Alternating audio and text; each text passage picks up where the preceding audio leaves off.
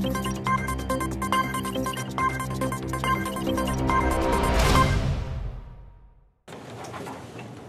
hopefully everyone's had an opportunity to review the minutes from the semi-annual conference meeting on the 30th of January 2018. Are there any corrections to those minutes?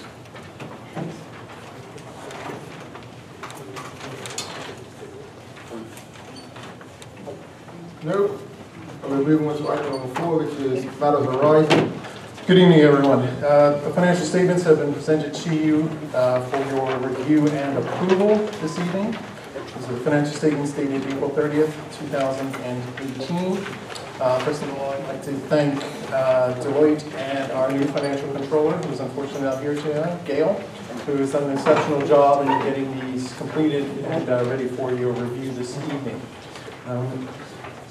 In all, we've had a good year in terms of financial results. As you will see, this year we had a profit of $287,000 versus a loss last year of $61,000. A lot of that does have to come down to some management in terms of both the revenue side and the operational expenses side. Unlike most organizations, we can't say from year on year what our expenses are going to be in terms of it, because a lot of it comes down to, is it a busy year? This year, as an example, in terms of it, has been an exceptionally busy year for us in terms of travel and overseas venues of this. We've obviously got the upcoming, we've got the CONCACAF Nations League, which is adding to things in this respect. But in the prior year, we've managed to do really well. We're still, as I say, going and learning our way through in terms of things, and as you'll see, and we'll talk about this afterwards in regards to the People Forward project funding. But sticking with the financial statements at this present moment in time, does anyone have any questions or comments in regards to the information that was presented to you this evening?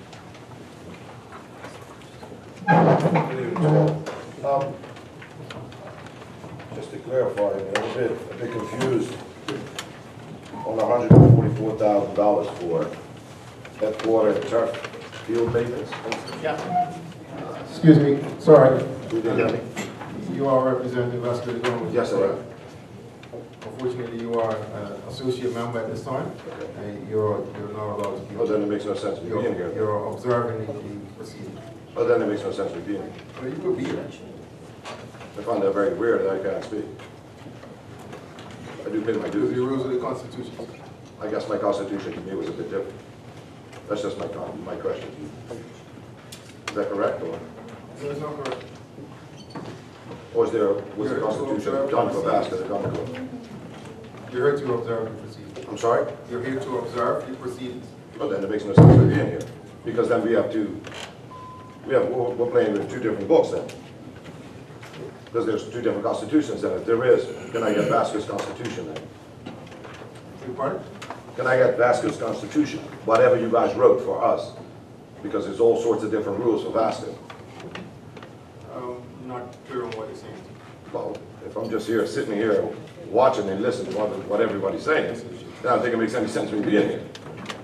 The VFA Constitution calls for yourself as an associate member to be able to attend congresses until you are confirmed as a full member. Right now, you're an associate member. Okay, thank you very much. That's fine. I apologize then. Thank you. As we've noted, Deloitte has done a fantastic job for us the last 2 years running. It is my recommendation that Deloitte continue as our auditors going forward in that respect. I'd like to ask and entertain a motion on the floor, please, to have Deloitte reappointed as auditors for the upcoming financial year. Thank you. Applicant and second in that respect. Okay, motion has been put forward. We have a seconder. Can I have those in favor, please? Please raise your cards for yes.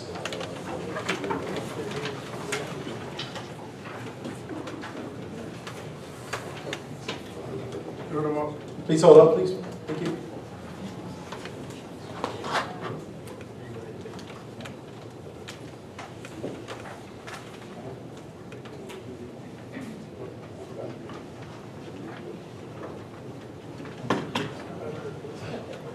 Thank you. Can I get any objections? And any abstentions? Thank you very much. We move on to item number 7, other business. And we must apologize that we did need to include the Bermuda Football Coaches Association as a presenter. And I will invite them to present now.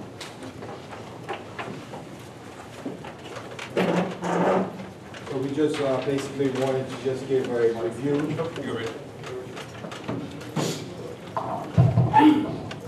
Good evening to all. We just wanted to give a review of the activities of the Coaches Association over the past year. As you would have known from the semi-annual, at the last AGM, there was a new executive that was voted in with the executive officers of myself as president, Maceo Dills vice president, Darren Ritz as treasurer, Jermaine Thelwood as secretary, and executive members of Andrew Bascom, Dennis Brown, Larry Smith, Derek Stapley, and Scott Morton.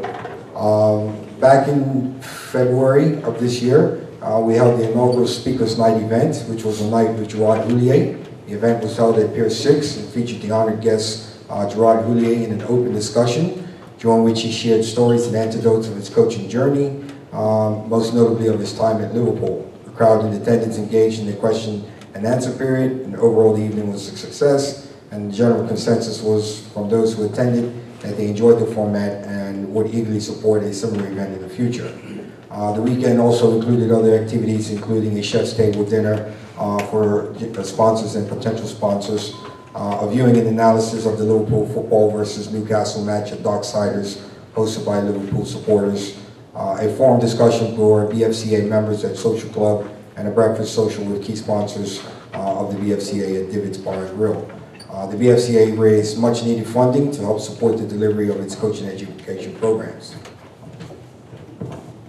The start of the SFA introductory courses was pushed back for the Uefa license, B license was postponed from originally scheduled date in February, but commenced at a rescheduled date in June with the follow-up session in September. There were a total of 13 candidates who began the course, with 12 due to travel to Scotland during the period of October 27th to November 3rd to attend the Uefa B assessment of with the FSA.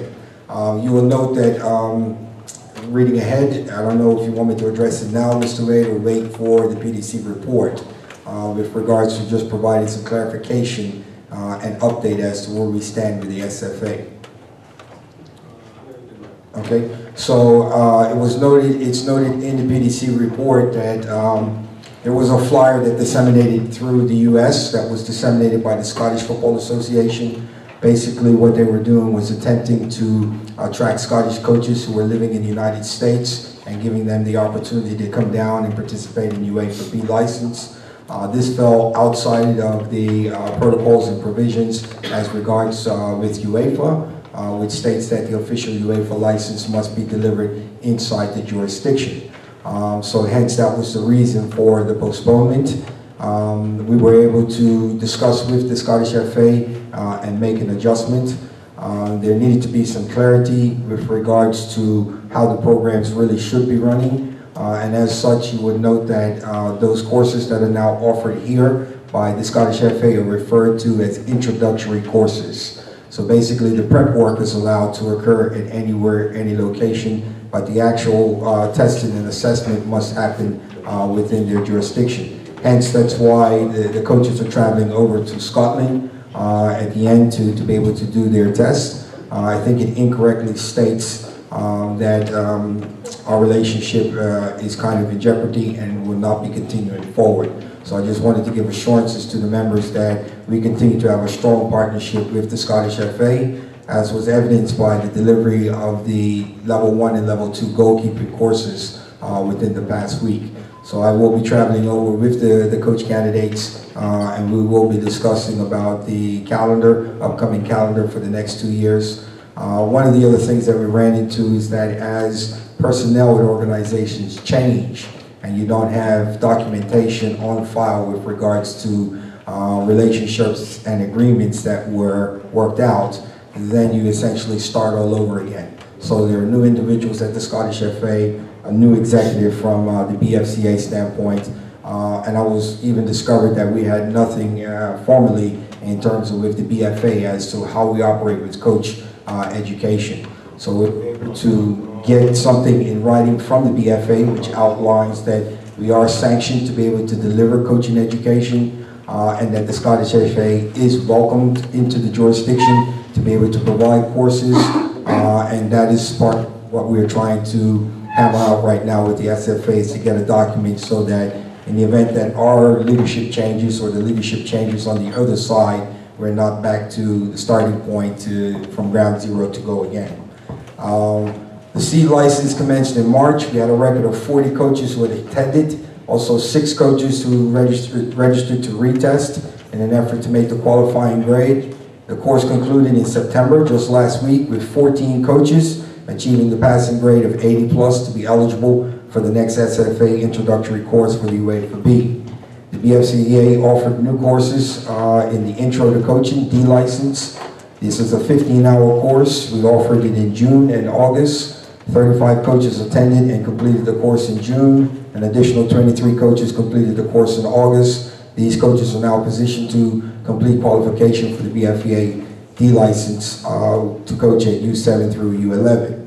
In collaboration with the SFA, as mentioned, we offered the 2 goalkeeping courses, a level 1 and a level 2. This was an initiative that was seen as important by the BFCA, as we've identified the goalkeeping coach as a specialist in terms of the staff, and we've seen how this position has been neglected, we think, over the years with regards to coaching education and development.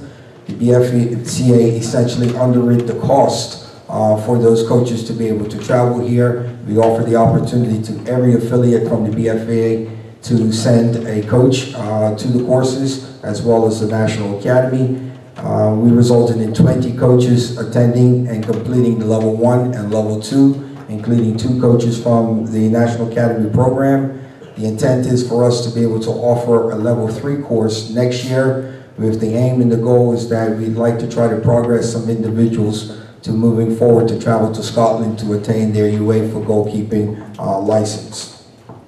We hosted an open forum for the membership during the World Cup tournament in July. The 2-hour forum and social club engaged in open discussion for coaches to express their views and thoughts on matters relevant to the development of grassroots programming, general football, and the National Academy program. The information that was gathered was reviewed by the Technical Advisory Committee of the BFCA to assist with formulating position statements of the BFCA on technical football matters for Bermuda. A total of 32 coaches attended, including club executives, and a social followed with food and bar service during the viewing of a World Cup match. The concept of the forum is being looked at to be an annual event. The BFCA were successful in having their application to the Charles and Leslie Marshall Family Fund accepted for funding to purchase equipment to be used in delivery of our coaching education courses. This helps solve a problem that we face with having to borrow equipment and balls from the BFA and club affiliates for delivery of our programs.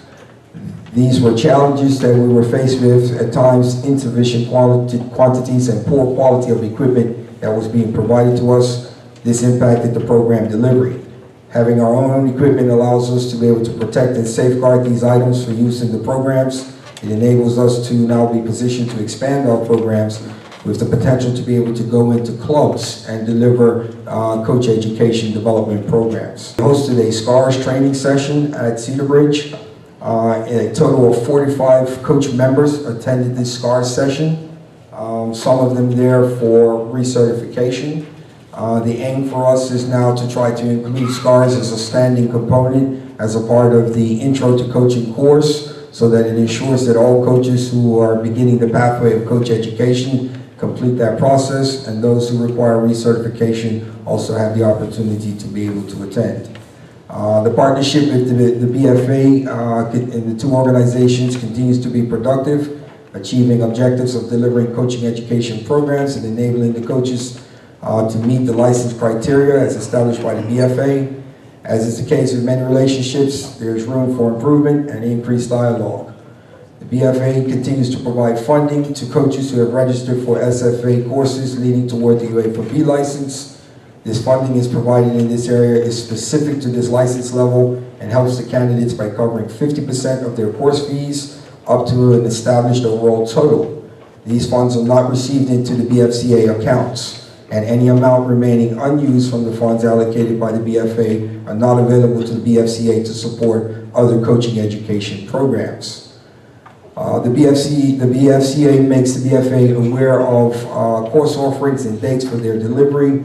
We do feel that there is some consideration must be given with regards to the scheduling of these courses. We had a total of 40 coaches who were enrolled in the C license this year, and with the start of the youth leagues brought forward, this greatly was impacted during that weekend. It made it difficult for coaches to be able to cover their matches as well as attend the required sessions that they needed to do. It also made it difficult for us to be able to get the teams and the players into these sessions for the coaches to be able to utilize for their assessment. So we would just ask that some consideration is given to looking at the course dates, when we do the scheduling aspects. The BFA has made the field available for use during the intro to coaching courses. There does need to be some work with regards to blackout and protection of dates as a priority to allow the BFCA to deliver its course through the partnership. At present, there are times when the National Academy teams are training, even if some teams are not actively in preparation for an immediate event, and it's created some conflict with regards to our ability to be able to set up. Some of the National Academy coaches believe that their sessions take precedent over the delivery of the coach education courses. This impacts our delivery. The BFCA requested from the BFA permission to utilize a portion of the equipment storage room at the Clyde Best Center of Excellence to be able to store our recently purchased equipment. The BFCA retrofitted a secure locker in the room to ensure the protection of our equipment. We greatly appreciate the willingness to allow us to utilize the space. However, the BFCA feels that we should not be eliminated from resources that are provided for the affiliates through FIFA and CONCACAF.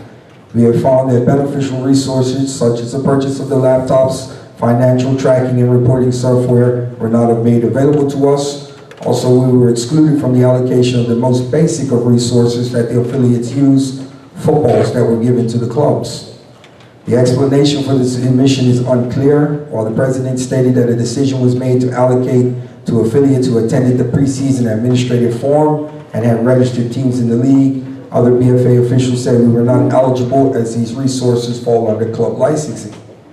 We are not asking for resources that are not relevant to the work of our association, but where the allocation would be beneficial to the nature of our work and programs we provide, which are beneficial to all of the club affiliates in terms of the coaching, education, and development, we should, as a full affiliate in good standing, be included and considered. We would like to request that resources and funding that is given to the BFA by the international governing bodies for distribution through the BFA member organizations, that the affiliates are made aware, along with documentation to outline the specifics of their use. Finally, the question that I would like to just ask is, we would like clarification as to what is the intent of the BFA with regards to establishing its own coach educators. As is noted in the strategic plan, outline recruitment for instructors for the BFA coach licensing system. Does the BFA intend to develop and offer coach education courses and licenses that will compete directly with the BFCA course offerings, considering that the BFCA has led the delivery of coaching education in the absence of any others, and worked hard to this point to establish a credible coaching pathway and relationship with a Uefa coach educator, Jacques Cavassier, who leads the development and oversees the delivery of our program in conjunction with the established partnership with the SFA.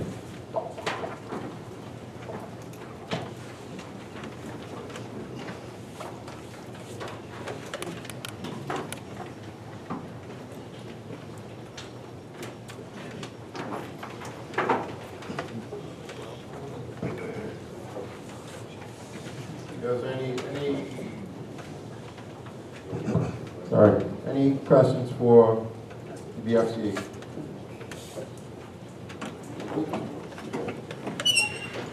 I will address your question in the PDC report.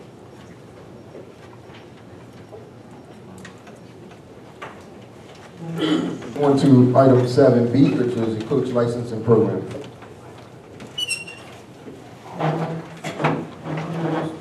for this one. As you know, the BFA introduced the coach licensing program over a year ago when the program was actually enacted. We presented the idea first at the semi-annual Congress in 2016. And there have been rumblings and some phone calls, certainly to the president and certainly to other members of the ESCO about this program.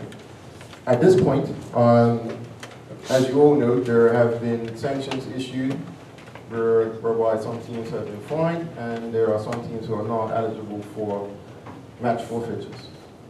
At this point, I'm going to stop, and we are here to listen to get an idea of what challenges you had and what we can do going forward.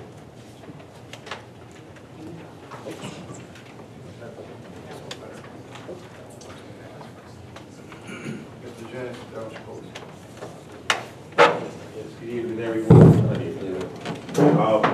Just for clarity, for the actual club licensing, if I recall, there was a section around coaching that spoke to coaches being qualified. Is that correct? Correct. I'll get you listen. I'll bring that back. Make sure you do that stuff. Sorry, I don't really understand. Okay. So the club licensing that we all received, that's the Assembly CONCACAF, we say were legit clubs.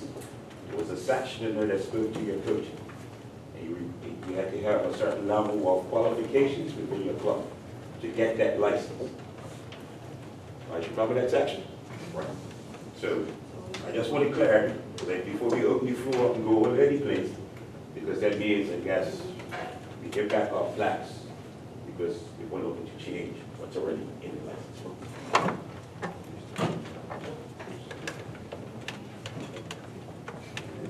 I have a question.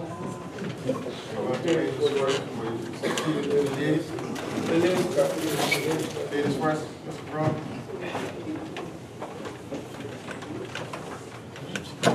Good evening, everyone. I would state, from my perspective, as a person who has taken the C license course a couple of years ago, that the timing is very difficult if you are working with a senior team. It's a solid week at the end of the season, when you need to be working with your team very well, and then another solid week at the beginning of the season, and you also want to focus on a good start. So perhaps the timing can be looked at.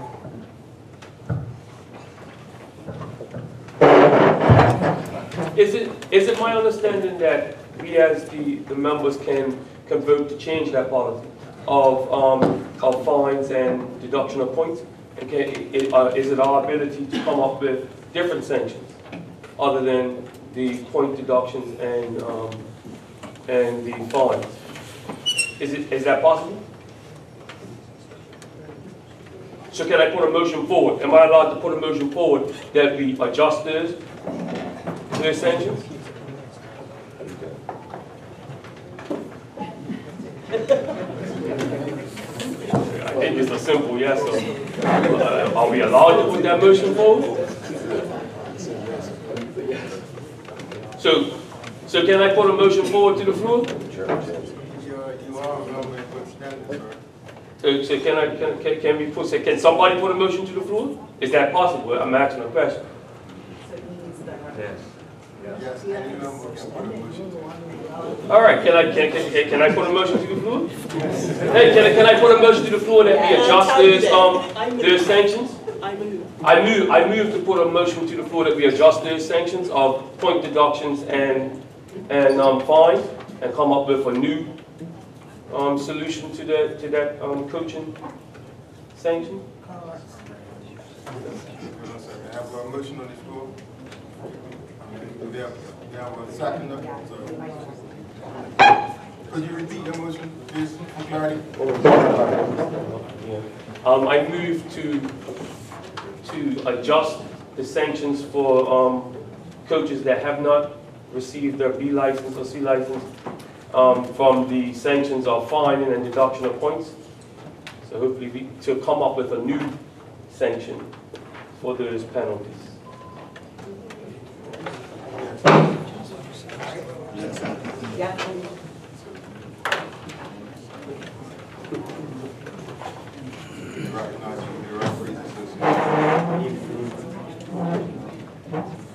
the motion to table, I just think that first we need to figure out what has been the problem to get us to that, and then deal with the sanctions after that. If you jump straight to these sanctions, we're not going to get to grassroots. We need to find out what is the problem first, and then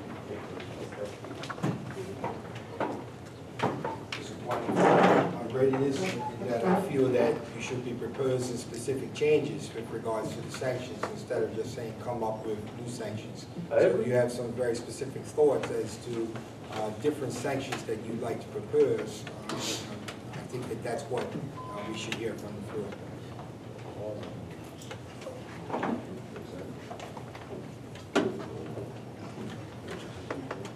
Any other?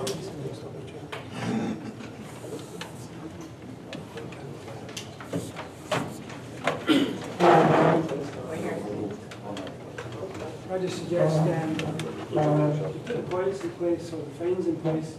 If there's an opportunity to get it before the end of the season, you can almost have it as being suspended.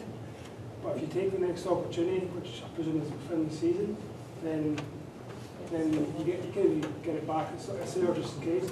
If you don't take it at the next opportunity when you've been given more than you last wanted, then it follows through after that.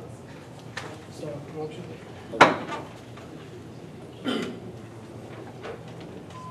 I feel compelled to address you.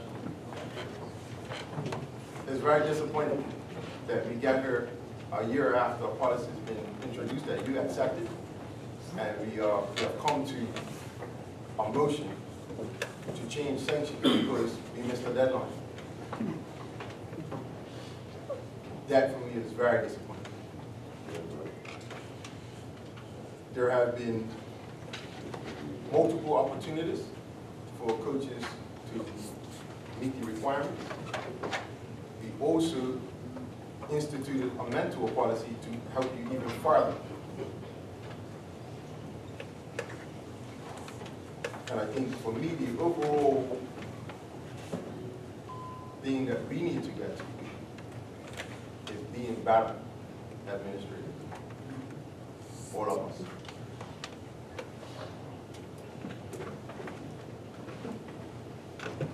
But what I haven't heard is what were the challenges, why you could not meet the requirements of the coach licensing policy in 12 months.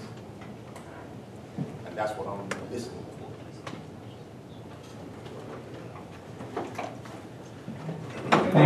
One of the challenges is the fact that the B license isn't held every single year. It's only held every 2 or 3 years, so you don't actually give people the opportunity in a 12-month calendar year to actually get certified before your deadline. Unless you're going to look to send them directly overseas without having to be Scottish FA to come here. Until that happens, then there's no way in this world that people are going to be able to spend $6,000 plus whatever else for flights, hotels to get it done. So a 12-month window when you know that your certification process is going to take place later in October is pretty ludicrous for people to try to achieve that by August 31st. Just as a response to that, your window was actually from March 2016. Okay, I think. And there were, when the policy was first put in place, there were 24 B license coaches eligible to get the B license, 24. So there were more than enough to fill the amount of teams in Ghana. So I just wanted to clarify that. Just further, the reason why the offering of the B license is spaced out was to get sufficient number of candidates to that point, because it's required that you pass the C license with a minimum standard of 80 in order to progress on. So it doesn't financially, it's not viable, it makes sense for us to host a course with 3 or 4 coaches, hence why we have the little bit longer window. But coaches who have failed to achieve that standard through the C license have been more than welcome to be involved in retesting. So during that period of time in between the B license courses, we've had 6 coaches who attended the last one, 4 who were successful in following all the way through and achieved the standard. Having said that, though, we now have a total of 14 coaches who are ready to be able to take progress on to the B license. So that will be something that we will be exploring with the SFA with regards to the possibility to host a B license next year. There's also the opportunity, there were a number of coaches who missed the standard, 3, 4, and 5 points. And we announced to them that they will have the chance to be able to come back into the next seed, retest, and be in a position to be able to be eligible now for the B license when it is next offered. The largest group that we have had was 2016, and I believe we had 19 of us who ran up to be able to take the course. So if we have sufficient numbers that are available and ready, we have no problem with having the course on a yearly basis, but financially it has to be viable for us to be able to do.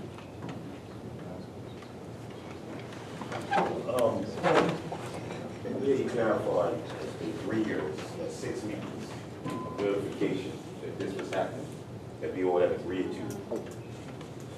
So it's been a semi-annual and annual over the last 3 years. So it shouldn't be like some regular stuff, August 31st. As the president said, let's leave a lot to desire as administrators.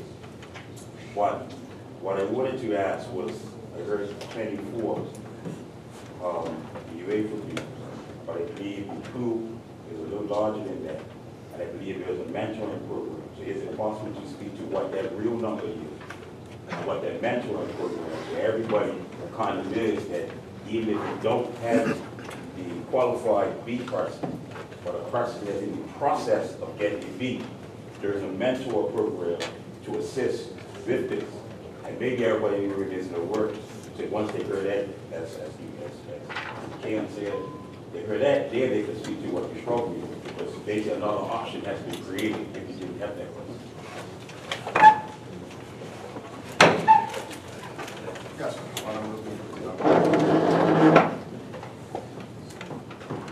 Speaking of the North Village, and I believe that a lot of the clubs, despite the information that had been presented, were not totally clear on the whole prospects. I know from the perspective of the mentor program that was a requirement for B licensed coaches. We had, for instance, a B licensed coach that was B licensed on the BFA website. He did not have the additional certifications of the CPR and the SCAR certification. And that was the person that was available to us to be the mentor for our coach that was taking the C license. So we had selected him to be the B licensed mentor for our coach.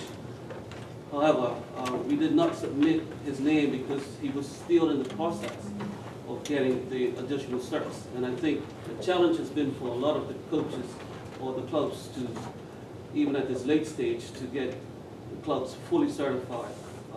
As far as the option for the coaching certification, you'll find that most coaches have the certification, but they did not have the additional of the SCARs and the CPR, which has been the challenge.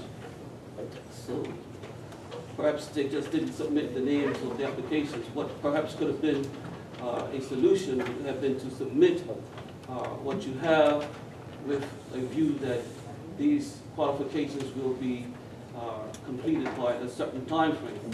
Now for us, with all of our coaches, they've got the certification from the coaching BFCA, and at this stage they've got the certification for SCARs, and by October 2nd we will have the certification for CPR.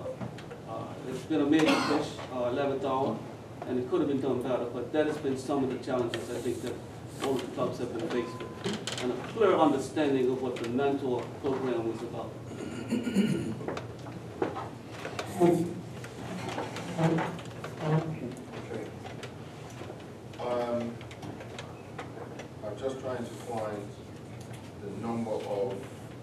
number of coaches who have completed necessary coaching education coursework, because there are quite a few inactive coaches, the PEPDOs, NEPDOs, LPs, etc., who also have completed all the necessary coursework. And those are the persons who could possibly have been mentored, and still we've spoken to some of them who are willing to do that. But the coach mentor program, and I'm just going to read the introduction for you. The coach mentor policy is designed to ensure all coaches obtain the minimum standard per age group in order to coach football in Bermuda. The policy provides a framework for mentors and coaches to work together to ensure coaching development continues through the short-term and successful completion of the B license course. The objective of the program is to provide coaches the ability to continue coaching while obtaining the necessary certifications to obtain a BFA B coaching license. The coach mentoring policy is a tool to aid coaches who are desirous of coaching but have not met all of the requirements to be successful. The mentoring program is a formal process that will require registration of both coach and mentor. The policy will set out the requirements, time frame, and milestones. So the prerequisites for a mentor is that a mentor should have the Bermuda Football Association B license. The requirements for a mentee or coach candidate, he should have a valid SCAR certificate, a valid first aid certificate, and a BFA C license. The policy calls for it to be for 1 year and possibly renewed upon completion of its first year, and there actually be some mentoring.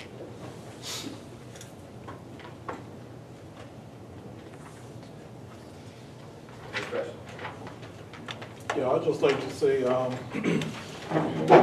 budget, we had a meeting with the UEFA, I believe, back in the late part of June, and we stressed that our coach was a C license, and that we were willing to do the mentor. And we managed to get a B licensed coach to be a mentor to our coach, which actually comes to the training session, sets up the grids, lets everybody know what's happening. Game day, sign the team sheet, and actually be visible at the game. And that was the requirement that the BFA gave to us, and we pretty much are out that.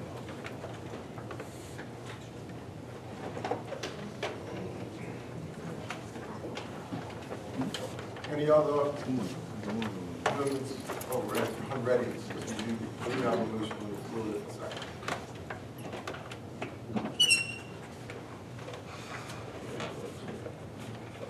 Nope. Okay, that's it. Can we just reread the motion?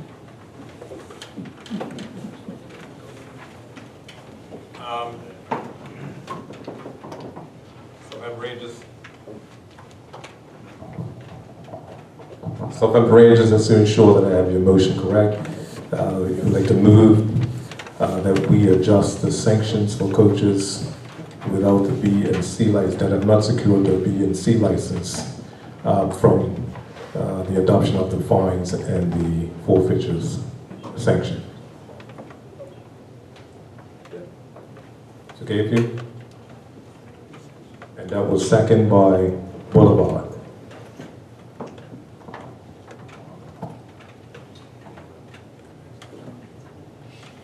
All those in favor, please signify by raising your green voting card.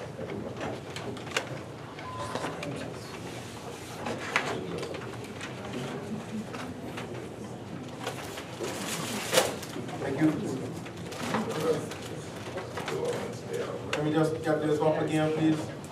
You have one up late. I want to make sure that I get it correct.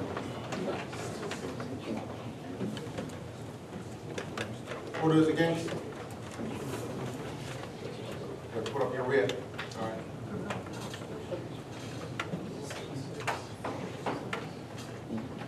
Thank you. All right.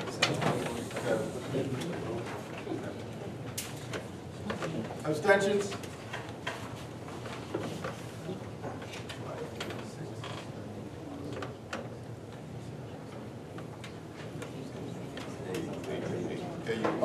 Add the total, please.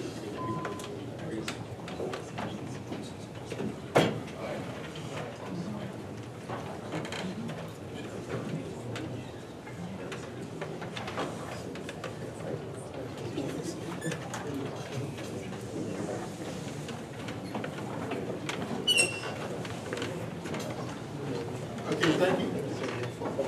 The motion was defeated. 6-4, 7 against, 9 abstentions.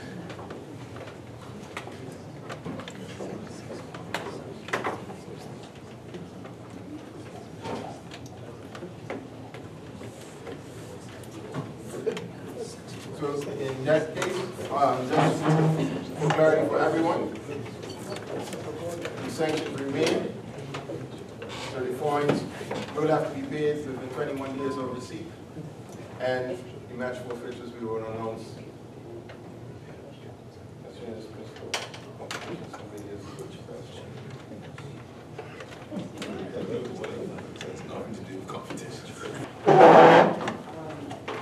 As I actually did of coaches of the license, I did know that some of your coaches in the National Academy are also currently taking the B license. Are they, is it some sort of, do they have the requirements, or are they able to coach on the national level? Coaches in the National Academy fall under the same arrangement in that they are still allowed to coach if they are currently enrolled. So the ones that are currently enrolled in the B license program, those are the ones that are in the National Academy as well. And that's the same for any premier expansion or freshman coach. The application is to be those who are currently enrolled, are they still required to have a mentor coach? Because we don't know if they have passed the license. So is that criteria in place that there should be a mentor in place for them? They are being mentored by technical, correct? And I was asking, is that criteria in place? They are being mentored. That's not my question. My question is for all coaches, even if you're in the process of employment, you must have a mentor, right? And that mentor should be on the bench for match days and game days, for any matches for that particular team. The mentor coach should be present. Okay, yes. Yes? Yes. Can the DFA confirm that for all of their appointments through every national team that has been staffed with a mentor, be licensed coach, and not coaches who are in the process of obtaining a B? So for, and Maurice can correct me if I'm wrong, the answer to that is yes. So for Aaron Jenkins traveled with Peter Robinson, Don Vickers traveled with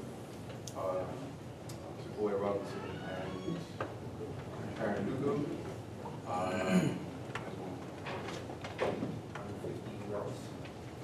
Vance Braun. Vance is currently in the process of obtaining his B. No, Vance Braun meets the requirement because he obtained his coaching education from England. And all of those questions were grandfathered.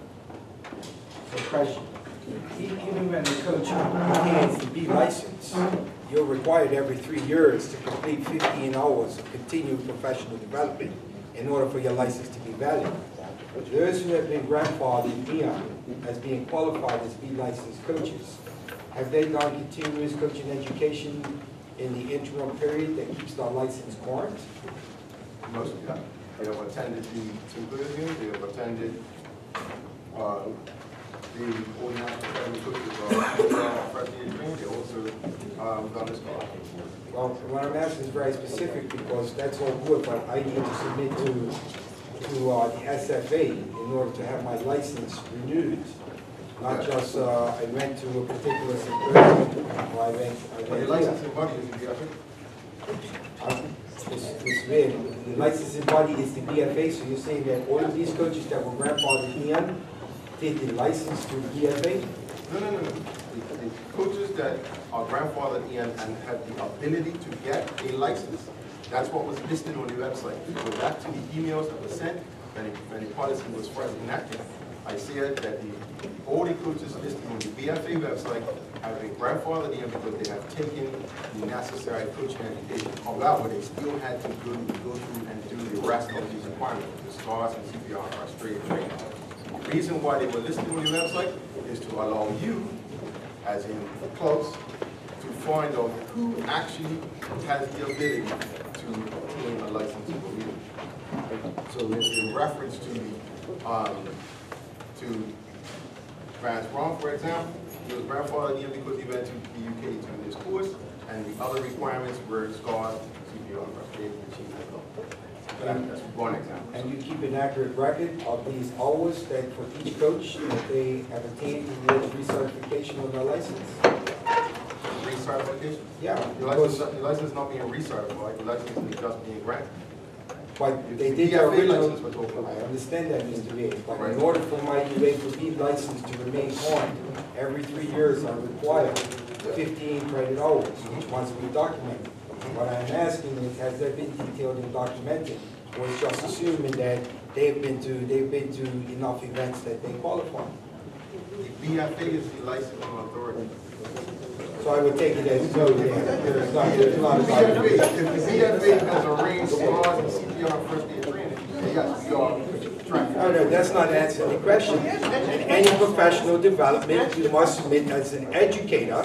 I have to do so many hours that I have to log in for my education license on an annual basis. It's not to just say that they have done it. I'm asking is whether or not that has been specifically reported, that it can be highlighted to say that this individual coach attended this, and this, that makes them currently certified. So I have I want to clarify something too. That I don't think it was clarified. Well, my issue is this: my coach is in the B program.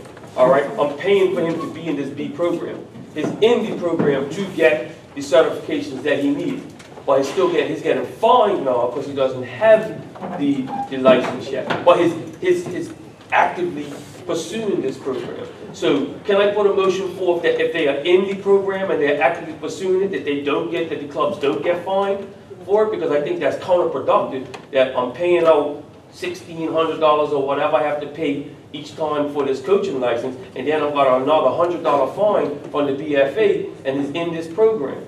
So what can I do about that so that the club's not paying out more money at a time? But I feel like, again, fined out the ass, sorry for my language, and is making the effort to be in the program now. So can I put a motion forth that if they're in the B program that they don't get fined? Is that possible? Can I just address it? Sure. First and foremost, your coach isn't being sanctioned. Your club the club is, I agree. For having an unlicensed coach, for registering an unlicensed coach. That's what the fine is for. Second, you already clarified, so there's no need for your motion. You already clarified that if a coach is currently enrolled in the Uefa program, then you will not be sanctioned. That's already been clarified. You couldn't find one. So you have been fined for licensing. If you have been fined for registering an unlicensed coach, then that is incorrect. And so you should send that back for us to review. And you shouldn't forfeit matches while your coach is enrolled in the program. Now, if your coach fails, then there is some other issue that will happen. Can you repeat that again? Can you repeat that again? So if the coach is currently enrolled in the program, you should have received a $100 fine. That's what you're telling me. Correct. You were stating that USD, we have the authority to grant licenses locally. Correct. So I believe you sent out a lot of correspondence in reference to because someone passed a test. I talked to my profession.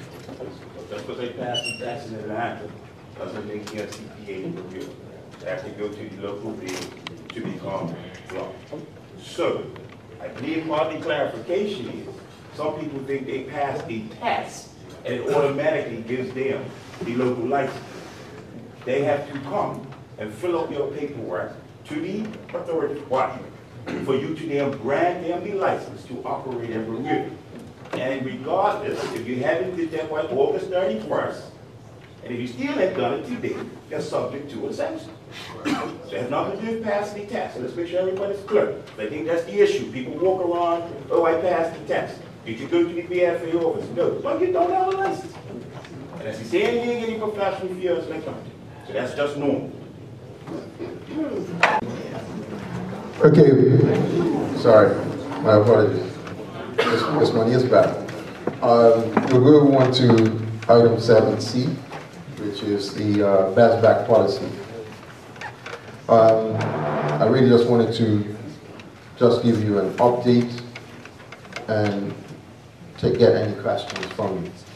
The best back policy has been in place now for 2 seasons. We have banned approximately 14 persons. We've had 1 appeal that was upheld, and we do have currently 2 persons that are being reassessed. I would like to remind you all that the policy is what's part and parcel with you as a club. If you have a player that is currently banned or is comes back on our stoplight system as yellow, you can take this player on your wing and make representations to the player status committee for this player to continue to play while you are working with his personal challenges, whatever they may be. Quite often we're getting players, to be frank, stopping us on the street and having all sorts of questions that haven't been answered by the club.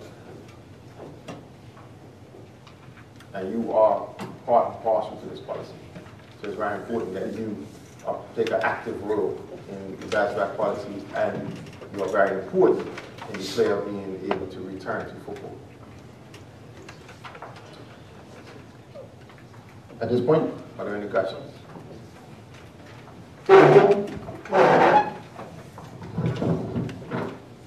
As I am new to this conference, it's my first conference, so I do have current classes.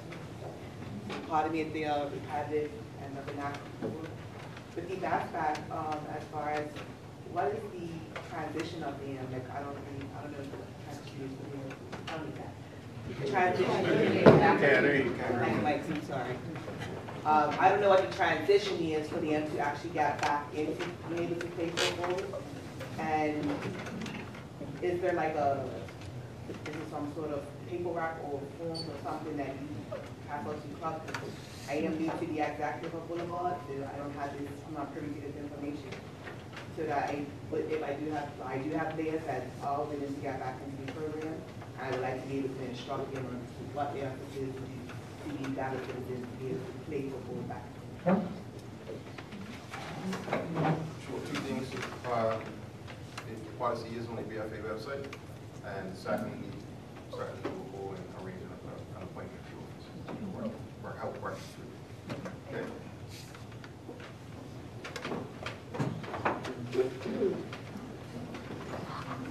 Any other questions? Have the clubs been given the banned players, a list of the banned players? Yes. For this year? You haven't been given an updated list because we haven't finished. Because I knew at the beginning of last season we had to hand in our players, and it was given back to us, said this player can do, but we haven't had that happen this year. Is that going to happen this year? What? I'm sorry. Meaning, at the beginning of last season, we had to submit all of our players, and then our players that weren't eligible to play because they were on this list were given back to us. But that hasn't happened this year. Meaning, you haven't sent the names of the players who aren't eligible to play this year. So I'm wondering if that's going to happen this year. The players that are banned are still banned. So the list that you got last year is still valid today. And the ban is for a year. Nope. The ban is indefinite, but they can be reassessed after a year.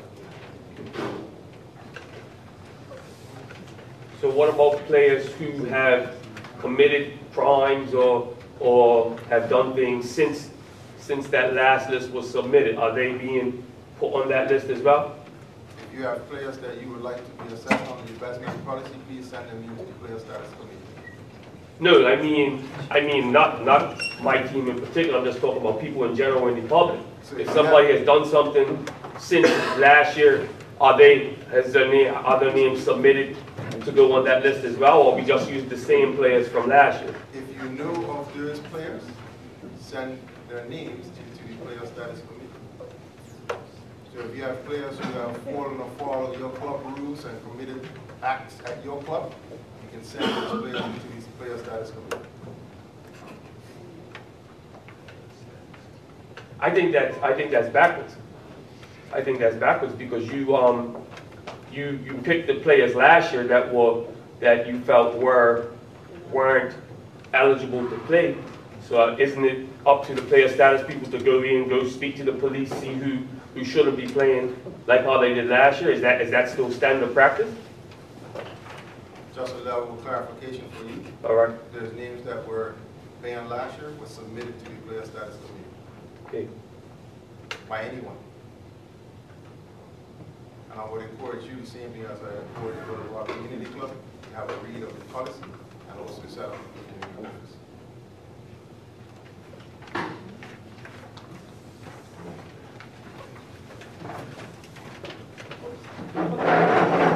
For clarity, are you saying that if we have new people that join our team this year, they don't have to be assessed? Or you're asking us to assess them?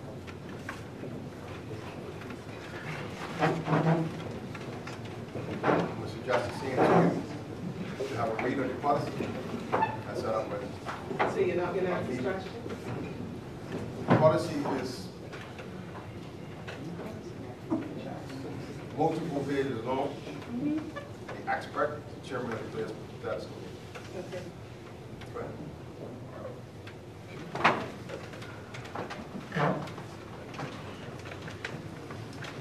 Yes, sir.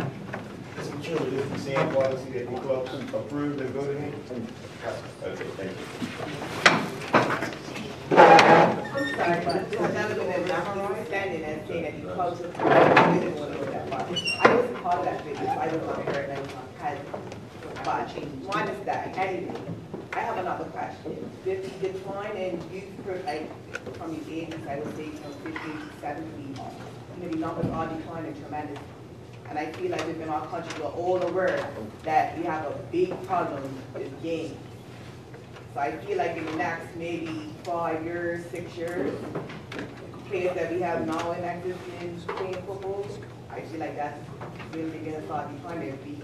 Do we have some sort of plan or PFA or all of us as a whole have a plan or put something together where we can try to, I don't know, to do something different that keep these young men or young people wanting to keep playing football? Because I feel like it's my responsibility, it's everybody's responsibility, but I never really heard of any like, let's sit down and have a meeting about this and try to see what we come up with, how the solution. I don't know if you can't get that, then I apologize for bringing that up. But I don't know about that.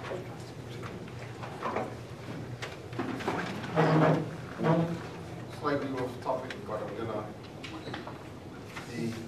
We have several opportunities to have those conversations. So we've had a focus group that's told specifically about that age group, what to do about it. We have a symposium where we certainly want to have that discussion. We can certainly have that discussion in the president's meetings. So there are opportunities to have these discussions. And again, absolutely, if you want to come and have a one-on-one discussion, then you can do that as well. Because we're certainly open to any ideas about addressing the decline of numbers in that particular age group. I ain't mentioned that because I feel like the staff that is for the organ team that just like at this point of time, and that's why much I knew.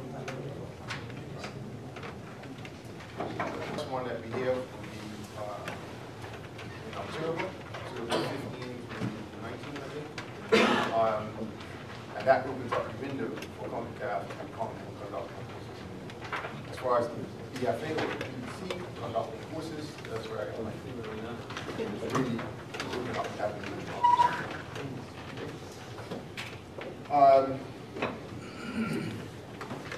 In terms of highlights, I don't have many. The report is as you have it in front of you. What I will say is that, and it feels like I say this every year, but the attendance at the MSC and symposium has to be improved. We do not want you to send representatives. We don't want you to send one person or like many of your coaches to attend so they got this information from the BBC personally. Any questions? Mr. Beard? Just one point. It's a point of clarification. As noted in your report with regard to National Academy coach assignments, you've characterized a conversation and that I had as president of the BFCA, it's yourself and the technical director, concerning the matter that was raised by our members as to why Uefa B licensed coaches were being overlooked for appointment at the National Academy in favor of coaches who did not have the required license level of policy and standard that the BFA had set out and was moving towards. And then the second question was with regards to the hiring process. I just want to clarify from that standpoint the question, and it was never answered. The question that was asked is, what is the criteria that is used for selecting coaches for appointment at the National Academy level? The response that I received from the Technical Development Director was, I appoint the coaches, which I gladly welcome that he has acknowledged that he is responsible for the appointment of the coaches. But I'm asking again, what is the criteria? There must be a criteria in place. Is it qualifications? Is it experience? Is it demonstrated excellence at a domestic level? Because members of the BFCA are asking, why is it that they have invested the time and money and resources along with the BFA supporting their journey to attain a Uefa B license and are not being appointed to coaching positions within the BFA, while we have coaches who are less experienced. Some of them is only within the first 2 years of coaching 11v11, have not met the standard that the BFA is trying to adhere to. They would like to know in what areas of the criteria are they not meeting so that they can work and strive toward it. The second part was in regards to fair hiring practices. If nobody knows that the association or the National Academy is looking to hire coaches, you're not advertising them, you're not putting it out there, you're not welcoming coaches to be able to apply for positions, then how is that fair to those coaches? And then when appointments are being made, we are not being notified that individuals have been put into place. The response that I received from yourself was that the BFA uses a variety of methods, including direct recruitment, internal and external advertisement, or a combination of both. I will put it to you that if you view your list of National Academy coaches on the top, of those on that list, probably the only one who came through an advertised position was Mr. Kyle Lightbourne, and that was following our discussion. So it would be clear to see that direct recruitment is the main process by which you are hiring coaches. So I'm asking on behalf of my members, they want to know which are the members of the clubs. Why is it that we are attaining levels of qualification only to be ignored for appointments?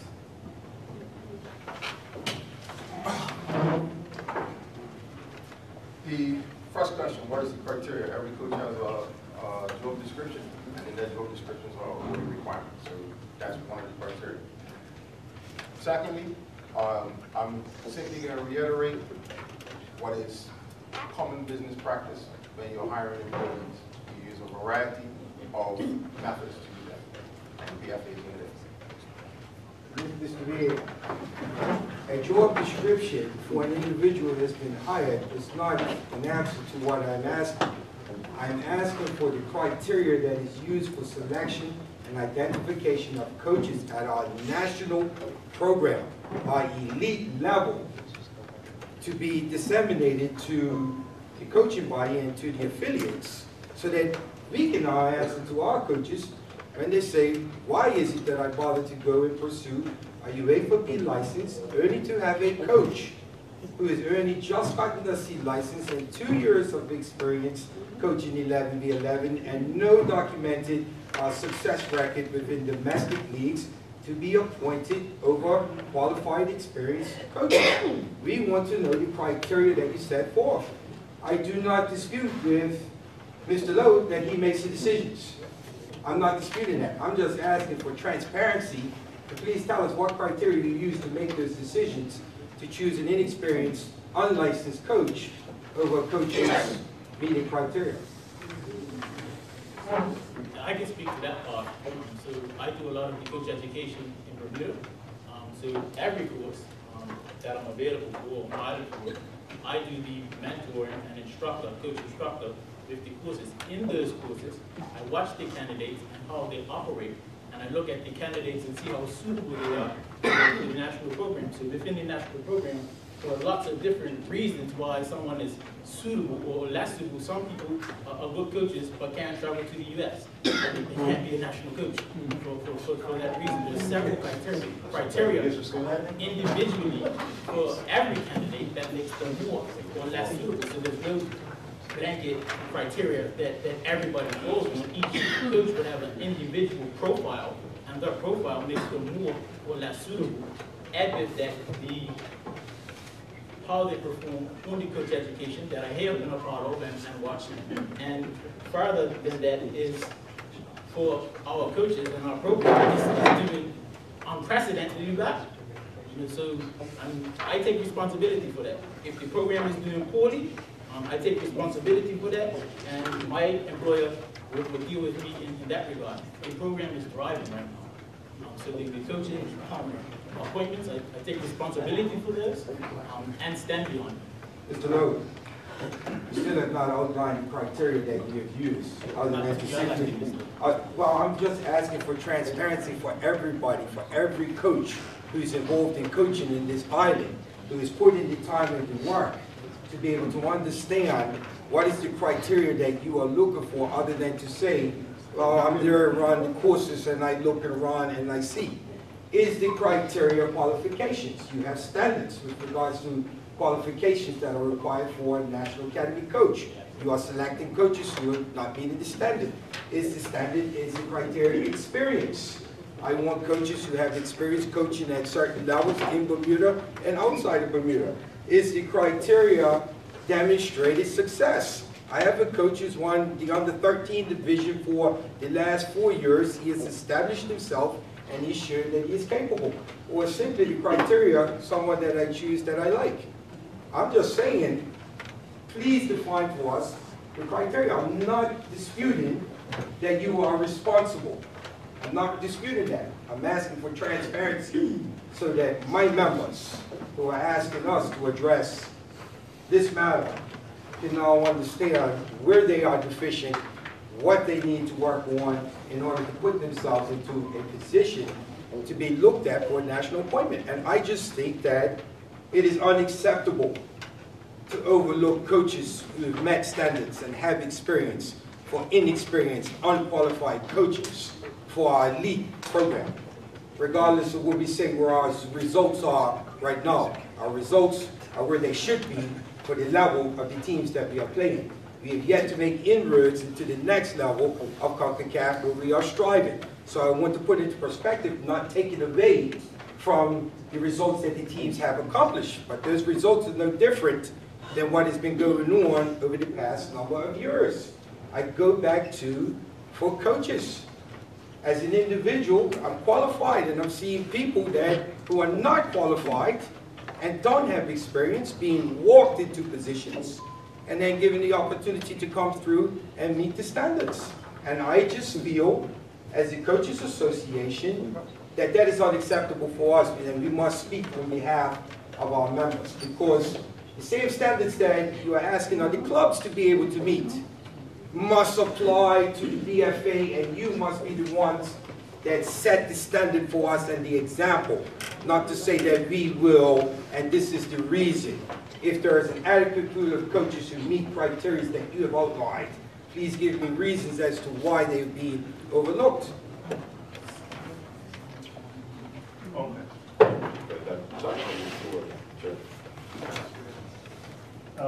Is there a criteria from the FIFA for being a national coach? So, that was seeking coach national team? And that's FIFA. But the DFA standard. Okay. But if it's the standard, I ain't gonna agree with what Mr. Ford said. If that's the standard, and you could have coaches here that don't have a B license, then they have a legitimate concern. Because I know in cricket, in ICC, in order for you to be at the top level, you have to have a high performance coach. So if you look at the coaches that they're brought in, the high performance. Everyone up to date that coach from here, they brought a high performance level coaching certificate displacement.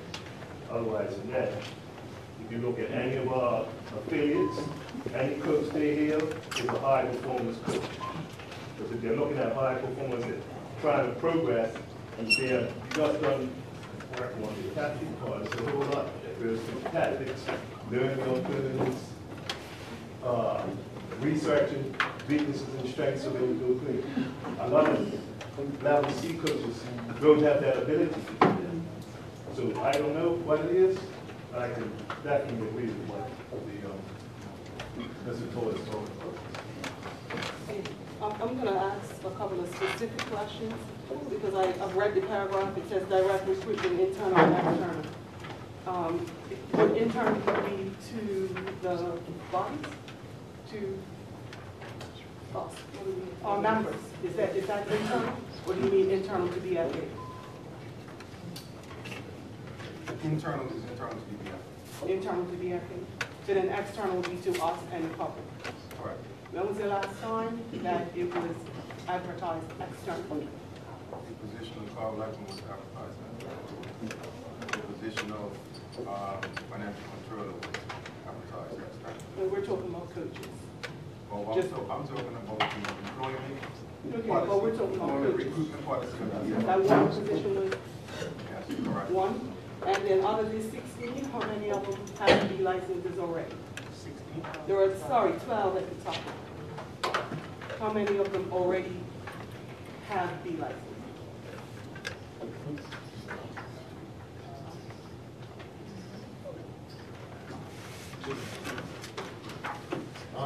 Five on the list qualified for that, 2 are specialist goalkeeper, 3 are specialist goalkeeper coaches under, and 1 of them is the equipment manager. 5 are qualified with B licenses. Can you say that again, please? Identify those 5, please. Lightborn, Regine, and Braun, Aaron Jenkins.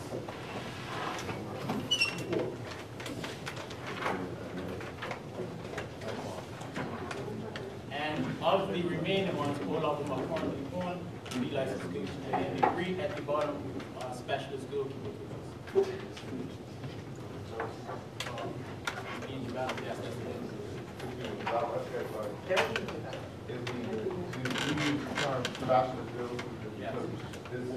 Chelsea and she's just taking the C license.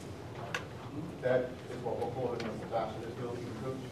Who are these other specialists? So in terms of goalkeeping, in terms of goalkeeping, I've spoken to all of the goalkeeping practitioners on the island. It's not an area, you said it on the president said it himself, that it's not an area that's highly focused on in Bermuda. I have spoken to all of them. Not all of them are available, and or willing to participate. So we're learning our own. So Chelsea Harvey, knowing that this is a learning goalkeeper coach specific to the women's side of the game. So she then she's only C license, responsible to go on the goalkeeping level 1 and level 2 last week. And she was with our under 15 girls that went to the IMG and were successful in winning 2 champions in August. So, Mr. Lowe, up to 12 coaches, 1/3 of them are qualified B licensed coaches. Of the Well, 12, point of order, Mr. Court, of the 12 coaches, I hired 3, you hired 12. Yes.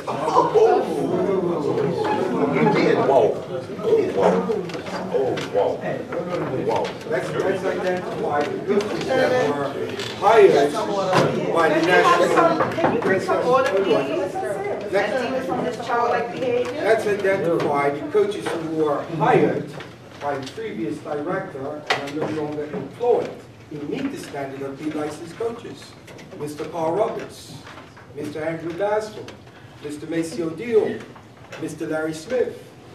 And you have stated yourself, there are 24 coaches. This is what we are saying to you. There are 24 UEFA B licensed coaches on the island.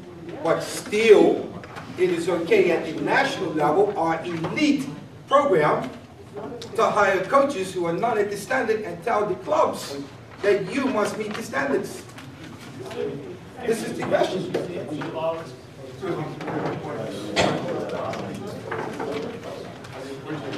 Asked a question, you have had a response from yourself, you've also had a response from the technical development director. If there is any other questions motions that you want to make? Yeah, I'd like to make a motion to the floor that we ask that the BFA provide a written criteria which outlines what are the requirements for hiring this coach and identifying the coach. Because as far as I'm concerned, Mr. Vier, you have not answered the question of what is the criteria. That's one. No motion is required. The technical development director will. And I've made a motion. I've made a motion to the floor. Second. The motion is that the BFA will provide written criteria to the clubs that identify the qualities that they use when hiring a coach for the national program. We have a motion on the floor, we have a second of this. What do we need a motion to? I just want to make sure that because the answer has not been. There's a motion on the floor, point of order. And that's already.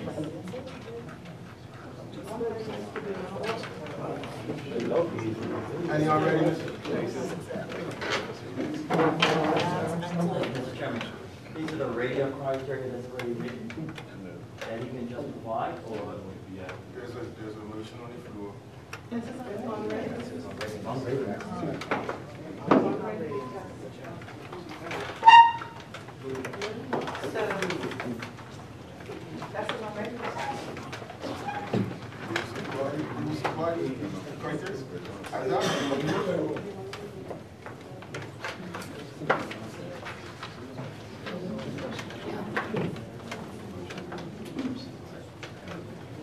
I don't think we need a vote if we agree. I think procedurally we do need a vote because there was a motion and there was a second. Sure. All those in favor, please signify by raising your green. Can you repeat the motion, please? There, if you will read as documented. I'm reading Okay. the motion, the BFA to provide a written criteria to the clubs that outlines the qualities used to hire coaches for the national program. Yes, and it was seconded by Devonshire Recreation Club. All those in favor, please signify by raising your green voting card.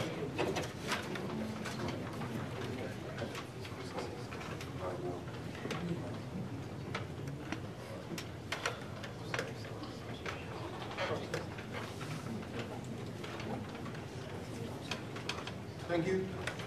All those against? Any abstentions? Sorry, one against, one abstention. Two abstentions. One against, one abstention. Motion carried. No, you can't. 19-4.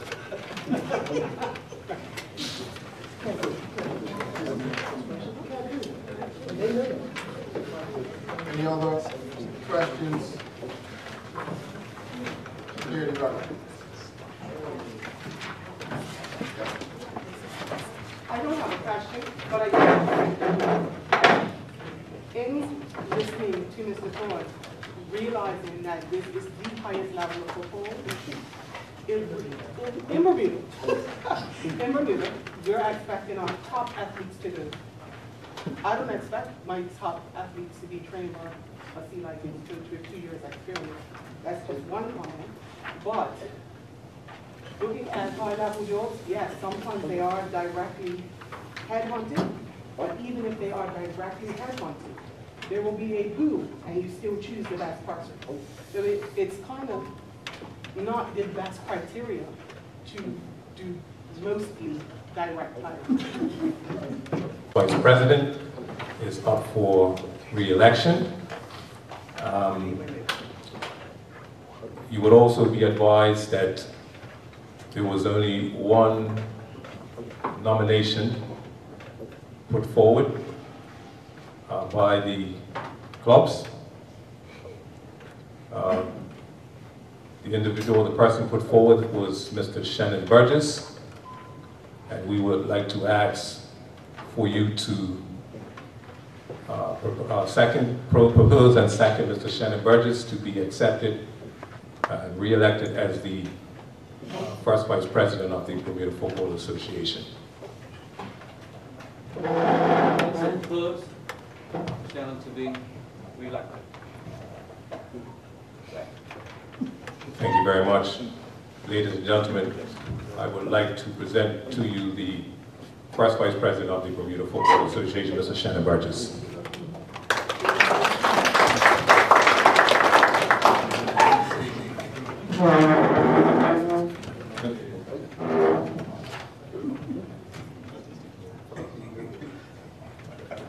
I think we have an abstention or unreadiness or something. But thank you for your support. I think I've said earlier that I get a chance to speak to most of you, and I continue to look forward to having the conversations. We are, despite a lot of the criticism that we do get, we are here to support the clubs. And so it's important for us to continue to have open communication channels so that we can determine whether or not there are things that we need to reposition to make your lives easier, and the players will obviously be of benefit from that. So once again, thank you for your support. I look forward to serving you for another 4 years. Thanks.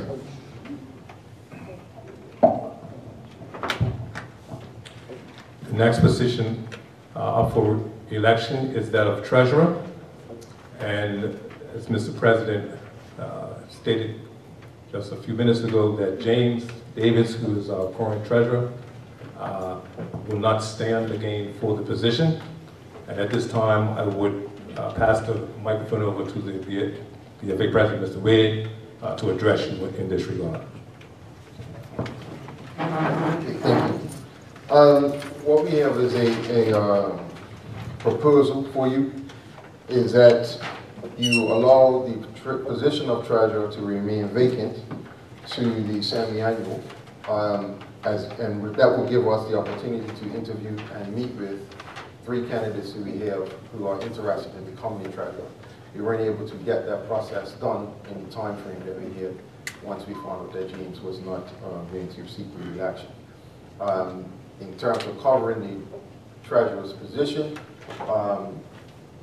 Vance Campbell, who sits on the Finance Committee with James, would cover the duties of the treasurer with the assistance of James when it's available until that time. So that is his suggestion that we have for you. Question is made.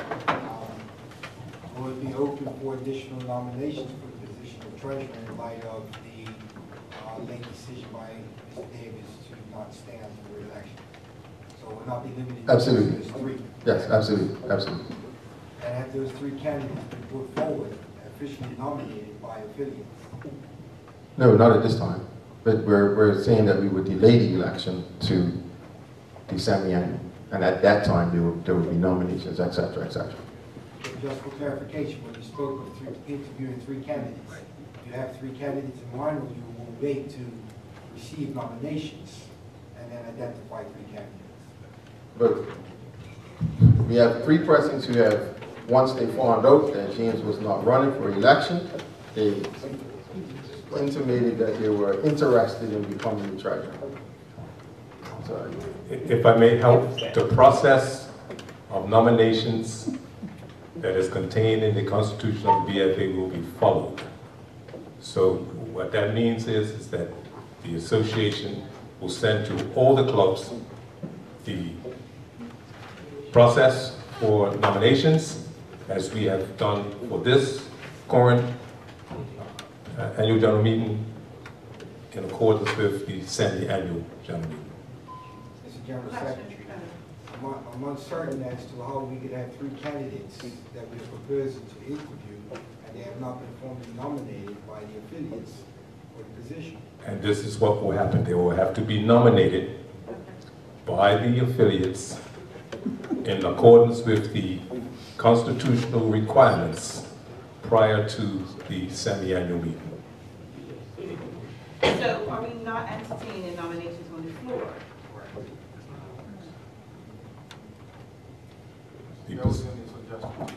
Oh, okay. So we can nominate from the floor. If you wish to nominate from the floor today, right now. Sure. Okay. Go ahead. Well, I nominate Kim Simons, Kim Richards, actually, sorry.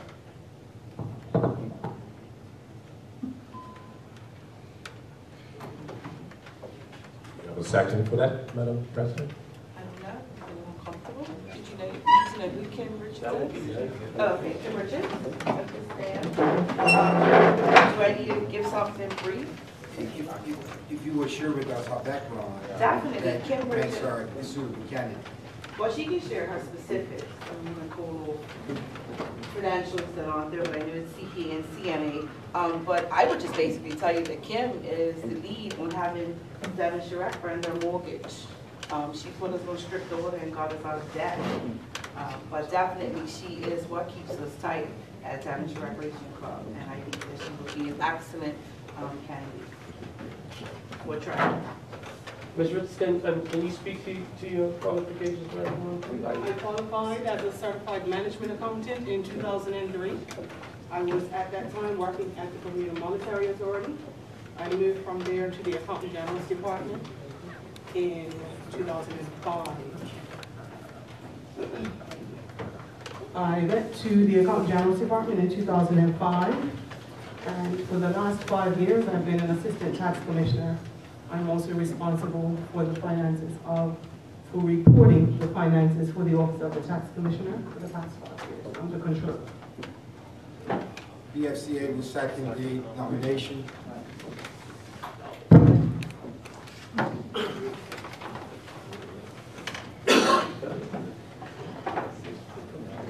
Any other nominations? Are there any other nominations from the floor?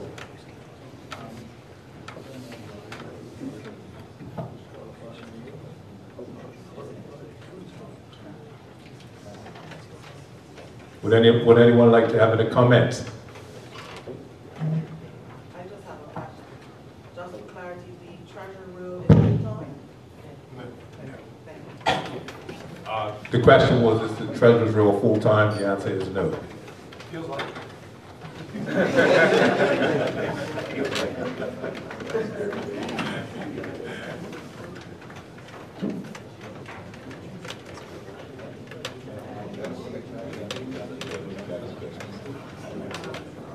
I'm sorry, this is my readiness.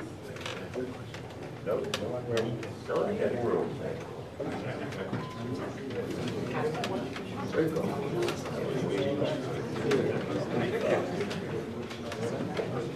Very well, Mr. Motion.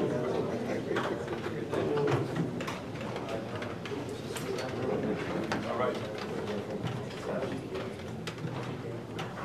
Shall we vote? I would just like to address some statements that were asked, and the question was, can the treasurer of the Bermuda Football Association also be the treasurer of a club? Oh, I'm sorry, let me add clarity. No, I can add clarity, so you don't even have to go that far. She's actually the vice president now of Devonshire Recreation Club. She's no longer the treasurer. However, I was speaking of when she was the treasurer and the excellent job that she did do. And you saw us burn our mortgage, yes? I would like to address the question, and that is, there is nothing constitutionally that prevents a person from having to do a rule. The clarity, she's the vice Okay. Shall we close nominations? And in this regard, we have the nomination of Kim Simons. Richards, sorry. To the position of Treasurer of the Bermuda Football Association. Can I have your acclamation for Kim Richards, please? Green card.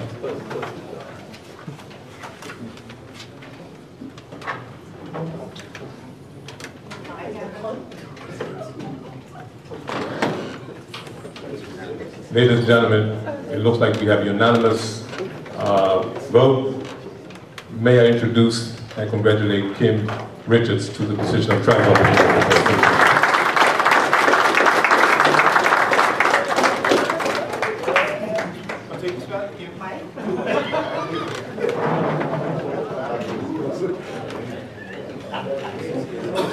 Wait, Ms. Richards to the table, please. Can we give a round of applause for James and the applicant?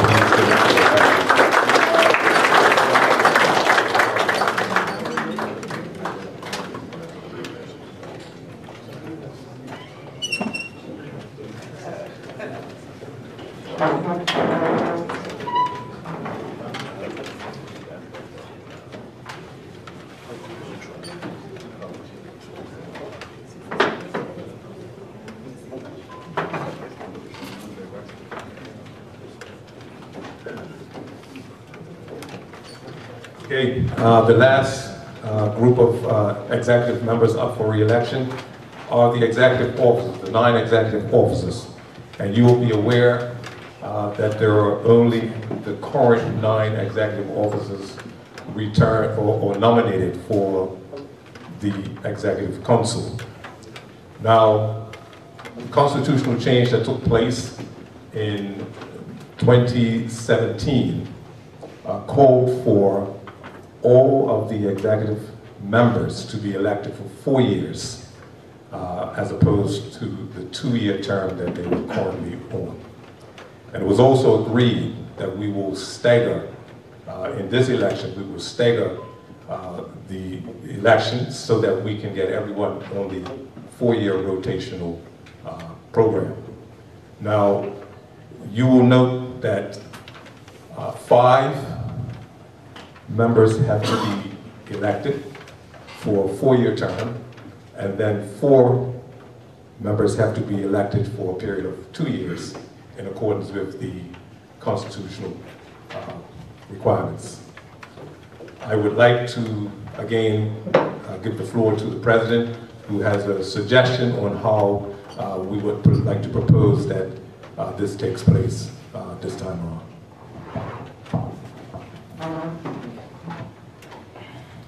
And I just want to reiterate this as a suggestion. So if you wish to go to a vote, it's entirely up to you. I have pulled the 9 members who are due for re-election tonight. I note that there are no further, there were no nominations received for these positions by the deadline. So the members that have agreed or accepted to be elected for a 2-year term are Shaquita Parsons, Stuart Crockwell, Manny Faria, and Vance Campbell. And the members who agreed to be elected for a 4-year term are Troy Bremer, Anthony Francis, Anton Augustus, Troy Lewis, and Sharice Bean. It is my suggestion to you, as the members have put forward, that you elect them in the way that I just described. And again, that is a suggestion. Thank you, Mr. President. And again, just to reiterate, this is in accordance with Article 39, Chapter 7, Article 39 in the Constitution, 39B. So you've heard the President's proposal. Is there anyone that would like to move that? Yes, sir. I propose that we accept the President's suggestion. Is there a seconder? I just like to know what would be the alternative process.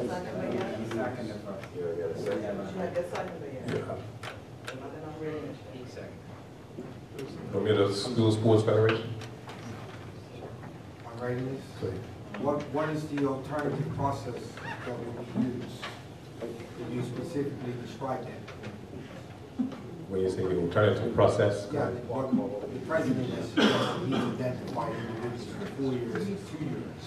We have 9 now, and if we need from the floor to be the ones who decide who is 4 and who is 2. What would that process look like in terms of voting right now? Right. I think the president stated that was a suggestion. Yes. And if the members want to go to the position of determining who is on the 4-year election and who's on the 2 years, then we can go through with that process. And how would you do that? Nomination. We have the ballot forms to do that. Just for clarity, you said that they chose 4 or 2. They put themselves forward. You had that discussion? Yes. That's how that was determined? And then the Yes, alternative- correct. Well, I want to make sure people in the back. I'm sorry. You got to the food soon. So the other, but the alternative is that we then open it up and we have to go through the floor, then vote.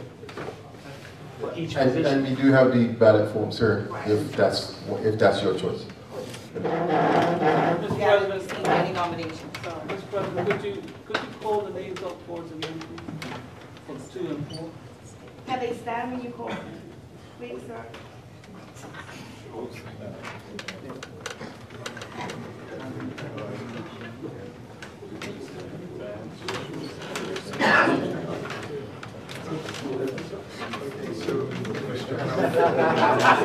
We'll ask the executive members to stand. For those who would do the 2-year term, is Shaquita Parson, who is not available tonight, Stuart Crockle, Manny Faria, Vance Campbell, and the rest will be a 4-year term. And there's where, you guys can sit down, thank you. There's where Troy Grimmer, please stand, Anthony Francis, Antoine Augustus, Troy Lewis, and Ms. Cherise Bean.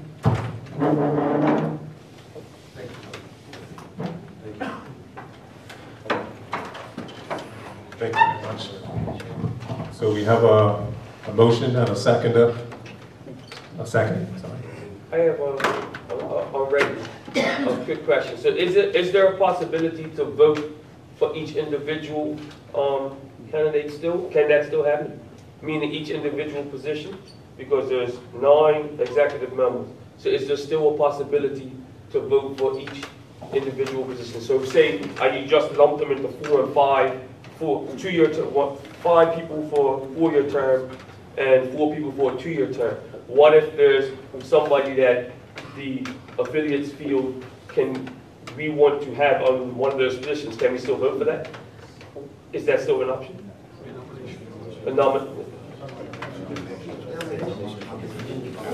Just like how. I would ask you, that was your unreadiness. I think we have to go to the motion, the vote on the motion, and depending on the vote of the motion, we'll go to an alternative methodology. Okay, so.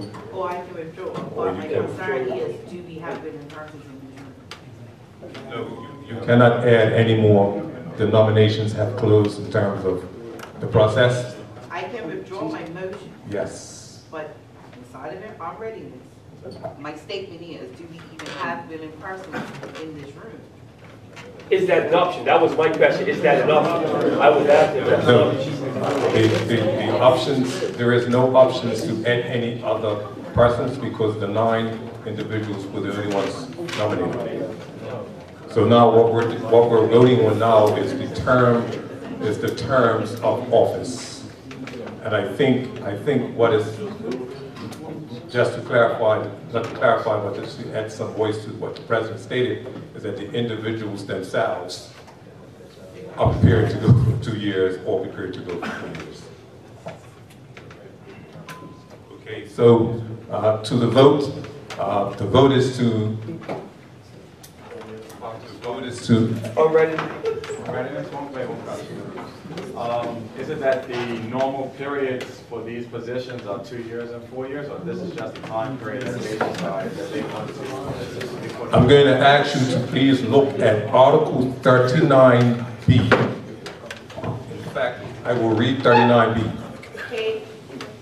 39B, page 16 of the Constitution of the CFA. I will read it. The President, Vice President, which are 2, the Treasurer, and 9 executive members shall be elected for a period of 4 years, with the President, the second Vice President, and 4 executive members being elected in the same year, and the first Vice President and Treasurer, and the remaining 5 executive members at the annual Congress meeting 2 years after the aforementioned officers. In order to achieve the staggered 4-year period, we have to do a 2-year and a 4-year period just this year. And then in 2 years' time, we'll have this election again, and that will be for the 4-year period. This is the reason why the members were asked to select the time frame that they were willing to serve.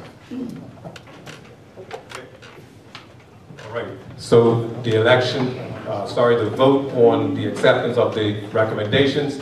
If you're in favor, please show your green card, please.